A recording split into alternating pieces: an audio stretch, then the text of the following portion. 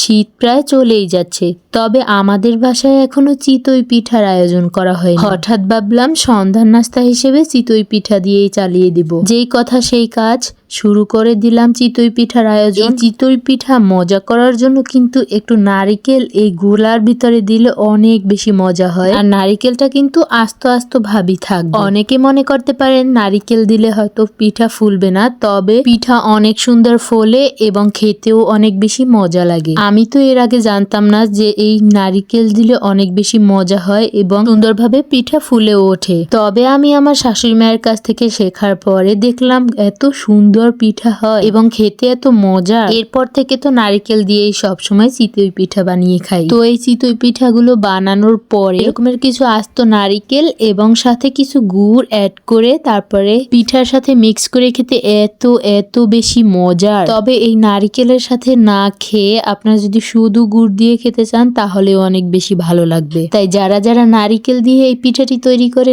না খেয়েছেন তারা একবার হলেও ট্রাই করে দেখবেন, খেতে অনেক বেশি ভালো লাগে। তো ধন্যবাদ সবাইকে, আল্লাহ হাফিজ।